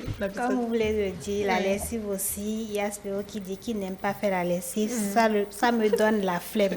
Donc, il remet toujours à demain ce qu'il doit faire tout de suite. Surtout quand c'est la lessive. Surtout quand c'est la lessive. Oui. Derrière la procrastination ne se cache pas toujours la paresse, ni même le manque de responsabilité. Oui. Ces jours où nous ne pouvons pas nous empêcher de procrastiner mettent en évidence un ensemble de dimensions psychologiques très concrètes. Il est commun de penser que les problèmes résident dans une mauvaise gestion du temps. Mais nous avons beau appliquer 1000 stratégies pour devenir un parfait organisateur, la procrastination est toujours là. Dire à une personne qui procrastine depuis des mois à apprendre à s'organiser est comme dire à une personne à une personne qui procrastine depuis des mois à apprendre à s'organiser est comme dire à un dépressif de s'encourager. Oui. Cela n'a aucun sens et n'est pas opportun. En réalité, le problème de fond sont les émotions, l'angoisse contenue, l'inquiétude, la peur, le besoin de bien faire, la peur d'échouer. Les émotions qui se combinent s'agitent et augmentent le mal-être des personnes qui tendent à procrastiner, sont très complexes et épuisantes. Gabrielle Adam. Oui, allez-y, monsieur Koto. Merci. Oui. Malgré la gestion du temps, qu'on ne peut s'empêcher de procrastiner. C'est vrai. Parce que dans la vie, il ne faut pas aussi occulter le fait qu'on peut se retrouver face à des impondérables, des situations que vous n'aviez pas prévues. Et donc, c'est des cas de force majeure. Voilà, il faut pouvoir les accomplir. Mais alors, comme M. Kwesi l'a dit, il faut pouvoir rattraper. Il faut rattraper. Mais c'est quand on se retrouve en train de rattraper tout le temps ce qu'on doit faire, c'est là que c'est grave. Il y a une phrase qu'on nous a enseignée au primaire, je crois, d'un poète, qui remet à demain trouvera malheur en chemin. Mais est-ce que, j'avoue qu'au primaire, je ne l'ai pas véritablement perçu dans son sens. C'est peut-être à l'université que j'ai finalement compris qu'en réalité, ce qu'on nous disait, c'était vrai. Aujourd'hui encore, on peut prendre juste cette phrase-là pour éduquer, pour aider, pour remonter le niveau de nos apprenants. Malheureusement, on le dit et ça passe comme ça. Je trouve qu'il y a quand même du travail à faire à ce niveau aussi. D'accord. Nafissatou, un autre message.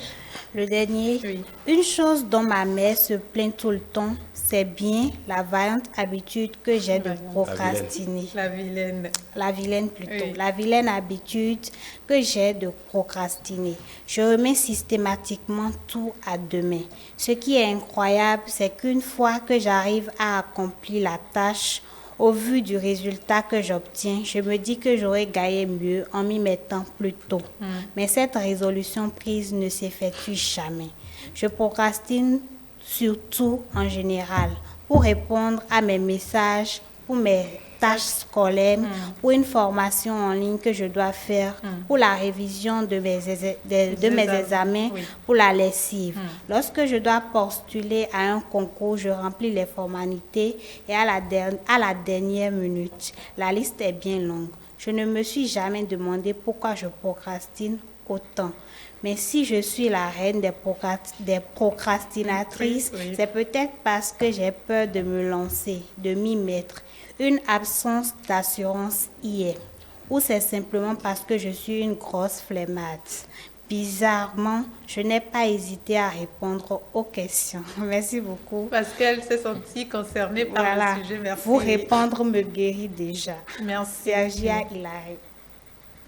Émeric. Je crois que, comme l'a dit la téléspectatrice, c'est d'abord un manque de confiance en soi.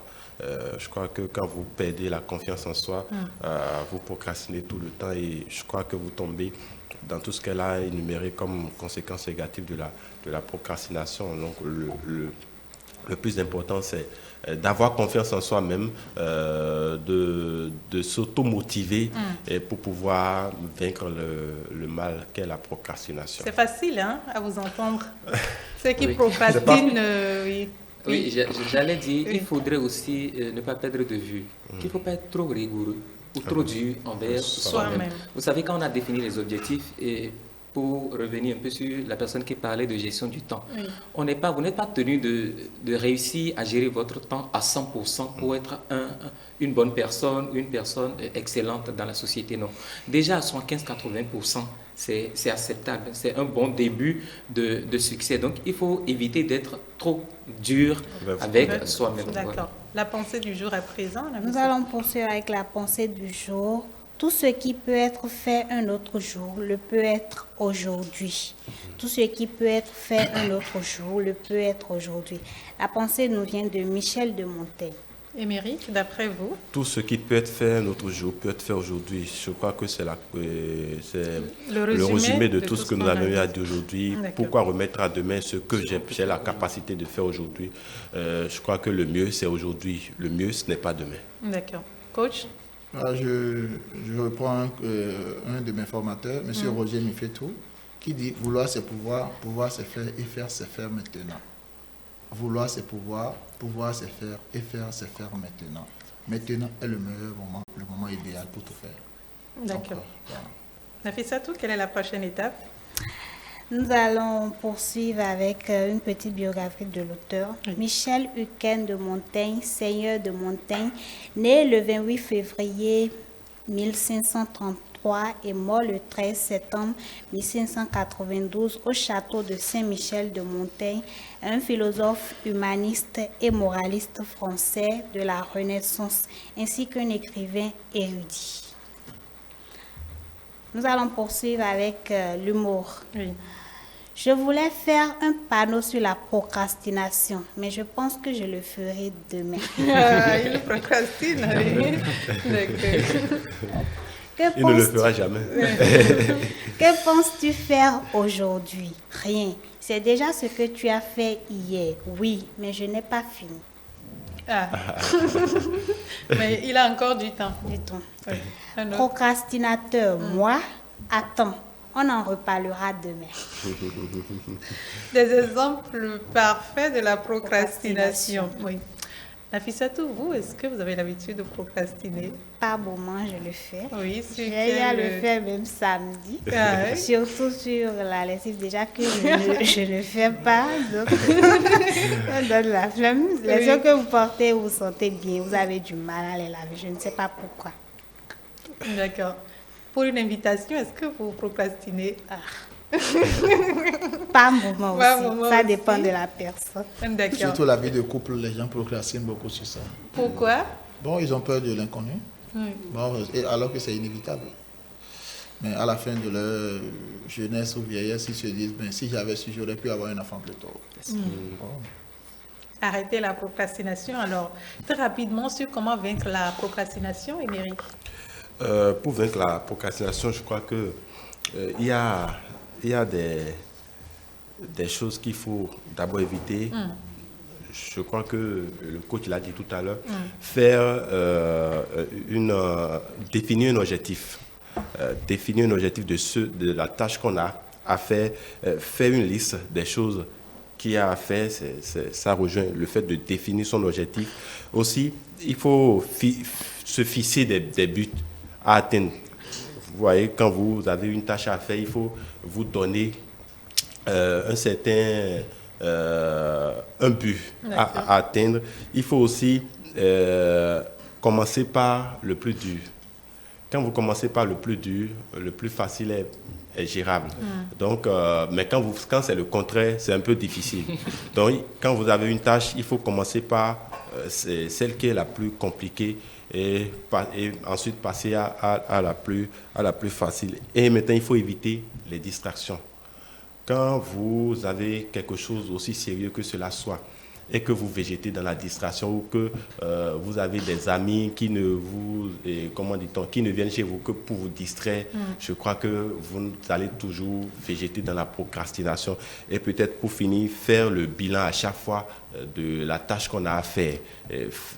Quand vous avez défini l'objectif et que vous vous êtes lancé dans dans la tâche, il faut chaque fois faire le bilan pour voir ce qui vous reste à faire, ce que vous avez déjà fait, ce qui vous reste à faire.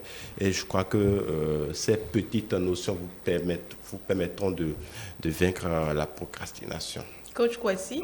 Oui, je pense que Méric a donné une bonne dose de solutions pour pouvoir combattre la procrastination. Des solutions réalistes? Oui, des solutions réalistes, des solutions réalistes. Mais comme autre solution que je peux donner, c'est que n'ayez plus peur des tâches, commencez-les. Commencez-les. Lisez les auteurs qui ont travaillé sur la procrastination. Vous avez un auteur comme Brian Tracy, qui a écrit environ au moins 5 bouquins sur la procrastination. Eat that frog, comme il a dit, et commencez par la tâche la plus dure. Kiss that frog, avaler le crapaud, embrasser le crapaud. Il définit comme crapaud la tâche qu'on n'a pas envie de faire, en fait. Et il a cité 21 moyens pour arrêter de procrastiner. Okay. Je pense que c'est des livres qui sont importants. Maintenant, comme le slogan de Nike, Just Do It, ici c'est Just Start It. Just start it. Vous avez peur de la tâche, mais commencez quand même. Commencez, après 10 minutes, vous pouvez voir que peut-être que vous avez la possibilité d'aller un peu plus loin. Et si la tâche est très dense, découpez-la en petits morceaux et commencez quand même. N'ayez pas peur de commencer. Monsieur Koto? Oui, il faut déjà avant tout se reconnecter à ses motivations les plus profondes, ses aspirations les plus profondes et créer l'environnement favorable pour y arriver. Comme il a dit, il faut décomposer les tâches. Parfois, on voudrait évacuer une gigantesque tâche en un temps record, alors qu'on a la possibilité de découper, d'y aller étape par étape. Il faut définir aussi un deadline. Vous devez vous donner un temps pour accomplir la tâche et planifier surtout les pauses. Éviter la distraction, il l'a dit. Se récompenser, c'est aussi important. Se récompenser, s'offrir des récompenses ou des sanctions positives. Et lorsque vous êtes dans un métier, par exemple, qui vous amène à le faire tout le temps, au pire des cas, changer de métier. Je voudrais finir avec un témoignage de M. Kwesi. Vous savez, je pense là tout de suite à des personnalités béninoises, à des artistes, des Béninois de tous les domaines qui ont reçu des hommages n'étant plus de ce monde. Je voudrais par exemple que dans notre société aujourd'hui, que nos autorités, même si ce n'est pas les autorités, que des personnes ici au Bénin pensent à célébrer les valeurs de notre pays, de leur vivant. Et pour nous qui sommes ici, qui avons encore nos parents en vie, essayons de leur faire plaisir pendant qu'ils sont encore là. Nafissatou? Merci. J'ai peut-être un message très, très important aux employeurs qui ont dans leur rang des employés procrastinateurs. Je crois que Eddy Kamikoto l'a dit tout à l'heure, il faut motiver. Oui. Vous savez, la motivation paye beaucoup. Et il faut que les tâches répondent à la capacité de la personne. Il ne faut pas donner des tâches qui dépassent la personne et accompagner surtout ça de la motivation. Parce que quand il y a de la motivation à quelque chose, ça, on réussit toujours. D'accord. Nafissatou, très rapidement. Avec toutes les solutions qu'on vient de donner, moi je pense qu'il y aura toujours des personnes, même avec ces solutions-là, qui vont continuer à procrastiner. Mais j'aimerais inviter ces personnes-là à ne plus pas stopper totalement la procrastination, mais diminuer un peu la densité de la procrastination. Merci Nafissatou Hassani, journaliste, et Méric Okopeli, journaliste également, Mariette Aïe, juriste en formation, blogueuse, Moubarak Assombolo, journaliste et rédacteur en chef du quotidien Le Meilleur. Eddy Kamikoto est également sur le plateau, psychopédagogue. Saint-Michel Amadidje, expert en audit interne. Wilfried Kwesi, coach en développement personnel et enseignant, étaient nos invités sur ce plateau. Merci à tous les téléspectateurs également qui ont envoyé leur message. La procrastination ne provient pas nécessairement de la paresse, du manque d'efficacité ou de l'indiscipline. Elle provient de plusieurs facteurs auxquels nous sommes tous vulnérables, chacun à sa façon de procrastiner et jamais pour les mêmes raisons. Donc, commencez par identifier votre problème. Excellente journée à tous. On vous retrouve demain avec le même plaisir.